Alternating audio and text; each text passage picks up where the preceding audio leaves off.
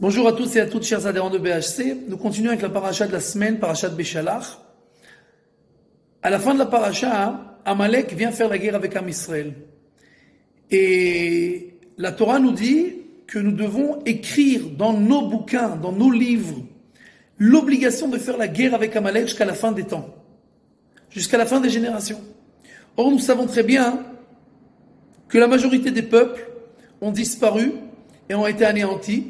Et s'ils n'ont pas été anéantis, on ne sait pas où ils sont, qui ils sont. Et donc, en fait, est-ce que cela pourrait vouloir dire qu'une des mitzvot de la Torah, cette mitzvah-là, de faire la guerre avec Amalek jusqu'à la fin des temps, n'existerait plus aujourd'hui, puisqu'on ne sait pas qui c'est Amalek? Et la réponse est que non, aucune mitzvah ne s'annule jamais. Et Amalek, il y a écrit Asher Kara Baderech, il t'a refroidi sur le chemin. Rashi nous dit, c'est une parabole à une baignoire qui est pleine d'eau brûlante. Et tout le monde a peur de rentrer dans cette baignoire. Jusqu'à qu'il y ait un dingue qui est venu et qui a sauté dans la baignoire. Bien que lui s'est brûlé, il a refroidi la baignoire pour les autres. C'est-à-dire que quand Am Israël est sorti d'Égypte, le monde entier avait peur du peuple juif. Pourquoi? Parce que tout le monde a vu en Égypte ce qui s'est passé et que Akadosh Baruch Hu était avec le peuple juif et il ne faut pas toucher au peuple juif. C'est le peuple d'Akadosh Baruch Hu. Jusqu'à que ce dingue-là, qui s'appelle Amalek, il est arrivé et lui a dit non, moi je vais faire la guerre, j'ai pas peur. Et donc c'est vrai, il s'est fait décimer, en partie en tout cas, mais il s'est fait brûler, mais il a refroidi la baignoire pour les autres. C'est-à-dire que les autres peuples qui ont vu, ils ont dit bon, on voit que Amalek il a pu faire la guerre, donc nous aussi peut-être on peut faire la guerre. Donc en fait Amalek il rentre le doute dans le cœur de l'humanité. C'est pour ça que Amalek en Gematria en valeur numérique c'est 240 et Safek le doute c'est aussi 240. Pourquoi? Parce que Amalek c'est lui qui refroidit le peuple juif. Regardez quelque chose d'assez impressionnant.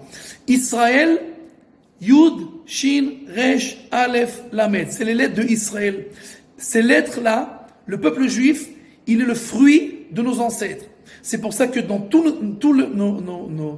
nos pères et nos mères, Avraham, Yitzhak, Yaakov, Sarah, Rivka, Rachel, Léa, ils sont en allusion dans le mot Israël, dans les lettres Israël.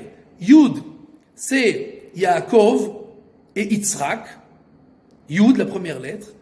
Shin, Sarah, Resh et Rachel, Aleph, Avraham, Lamed, Léa.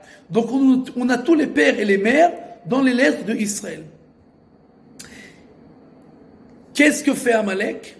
Il nous refroidit, il y a écrit. Asher Kara Baderech. Il te refroidit. Il t'enlève ce brain, comme on dit en yiddish, cette chaleur, cette proximité à Kadosh Baruch Hu, le Dieu vivant. Le feu. Qu'est-ce qu'il fait Amalek? Il t'enlève le feu. Prenons les lettres Aleph et Shin. Aleph et Shin du mot Israël. C'est Esh. Donc si je refroidis le peuple juif, je lui enlève son feu. Je prends les lettres Aleph et Shin, le feu, qui sont dans le mot Israël. Et qu'est-ce qui me reste? Lamed, Resh et Yud. Lamed, Resh et Yud, c'est Amalek.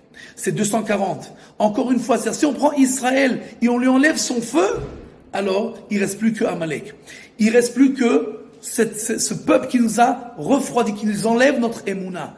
Maintenant, faites bien attention. Quelle lettre on a enlevé?